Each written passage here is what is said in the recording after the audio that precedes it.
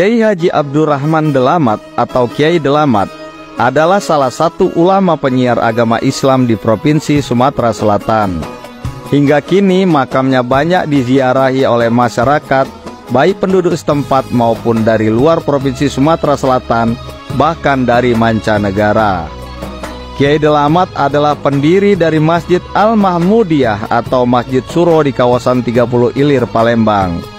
Sepanjang hidupnya, wali Allah yang satu ini tidak memiliki rumah pribadi. Konon di setiap wilayah yang didatanginya, Kiai Delamat membangun sebuah masjid. Sebanyak 31 masjid tercatat telah dibangunnya, 3 diantaranya dibangun di wilayah kota Palembang. Kiai Delamat lahir di Babatoman, Musi, Banyuasin pada tahun 1820 Masehi. Kiai Delamat disebut-sebut berasal dari keluarga yang sangat sederhana. Namun semangatnya untuk menuntut ilmu membuatnya nekat pergi merantau keluar desa. Sadan suatu ketika di usia 6 tahun, Kiai Delamat nekat pergi dari rumahnya dengan menggunakan sebuah rakit ke arah Sungai Musi. Delamat kecil sempat terkatung-katung berhari-hari tanpa perbekalan yang cukup. Beruntung ia akhirnya diselamatkan oleh perahu pedagang yang ditumpangi oleh sepasang suami istri yang kemudian menjadi orang tua angkatnya. Ayah angkat Kiai Delamat mengajar dan tinggal di Masjid Lawang Kidul, Palembang. Disinilah Kiai Delamat mendapat gemblengan tentang Islam dan Al-Quran. Menginjak usia remaja, Kiai Delamat pergi ke kota Mekah dan Madinah untuk memperdalam ilmu agama.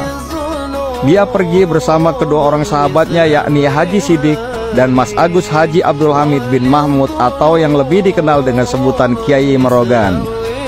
Mereka belajar ke Tanah Suci atas beasiswa yang diberikan oleh Sultan Palembang Darussalam, Sultan Mahmud Badarudin II. Di kota Mekah, Kiai Delamat menimba ilmu kepada Syekh Muhammad Saman Al-Madani. Tokoh yang disebut terakhir inilah yang menjadi guru dari Syekh Abdul Somad Al-Palembani. Setelah selesai belajar, ketiganya kembali pulang ke tanah air. Kiai Delamat kemudian mendirikan Masjid Suro yang kini berubah nama menjadi Masjid Al-Mahmudiyah pada tahun 1889, dan masjid tersebut selesai dibangun pada tahun 1891 Masehi. Selain digunakan sebagai tempat peribadatan, Masjid Suro itu digunakan sebagai pusat dakwah sehingga dalam waktu singkat telah terhimpun ribuan jemaah. Melihat perkembangan itu, penjajah Belanda merasa khawatir jika kegiatan keagamaan tersebut akan berkembang menjadi sebuah upaya menentang dan memberontak kepada pemerintah Hindia Belanda. Presiden Belanda waktu itu melarang kegiatan keagamaan, bahkan dilakukan pelarangan terhadap aktivitas sholat Jumat di Masjid Suro. Kiai Delamat pun diusir keluar kota Palembang. Dalam pengungsiannya, Kiai Delamat berpindah-pindah tempat menyusuri Sungai Batanghari 9, mulai dari Sungai Musi, Sungai Kelingi, Beliti, Lakitan, Rawas, Rupit, Lematang, Leko, Ogan, dan Sungai Komering.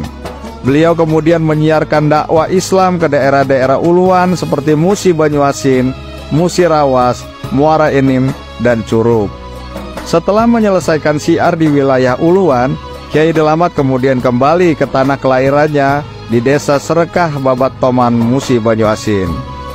Kiai Delamat meninggal dan dikebumikan oleh keluarganya di kawasan Masjid Babatoman pada usia 76 tahun. Namun atas wasiatnya, makam Kiai Delamat kemudian dipindahkan oleh anaknya dekat mimbar Masjid Suro 30 Ilir.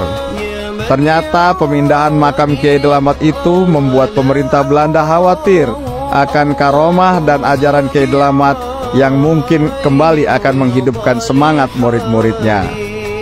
Makamnya kemudian dibongkar untuk dipindahkan menjauh dari Masjid Suro. Namun selama proses pemindahan jenazah terjadi banyak keanehan.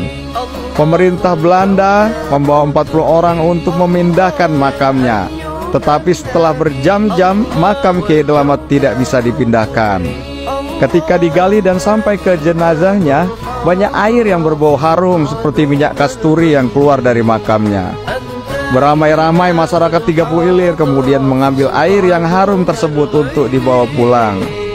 Akhirnya pemerintah Hindia Belanda menjemput Kiai Haji Merogan dan Kiai Haji Sidik untuk memindahkan makam Kiai Delamat. Keduanya datang lalu melaksanakan sholat sunat 2 rakaat dan berdoa kepada Allah. Kiai Merogan kemudian berkata, "Wahai adikku Kiai Haji Abdurrahman Delamat bin Saparudin Rungkat, pindahlah dan bangunlah engkau, jangan memalukan dulur dan keluarga." Aneh bin ajaib, setelah itu peti jenazah beliau barulah bisa diangkat.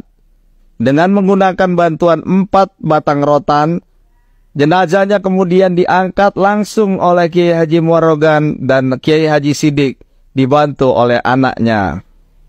Jenazahnya kemudian dipindahkan di dekat sekolah Nurul Falah 30 Ilir hingga saat ini.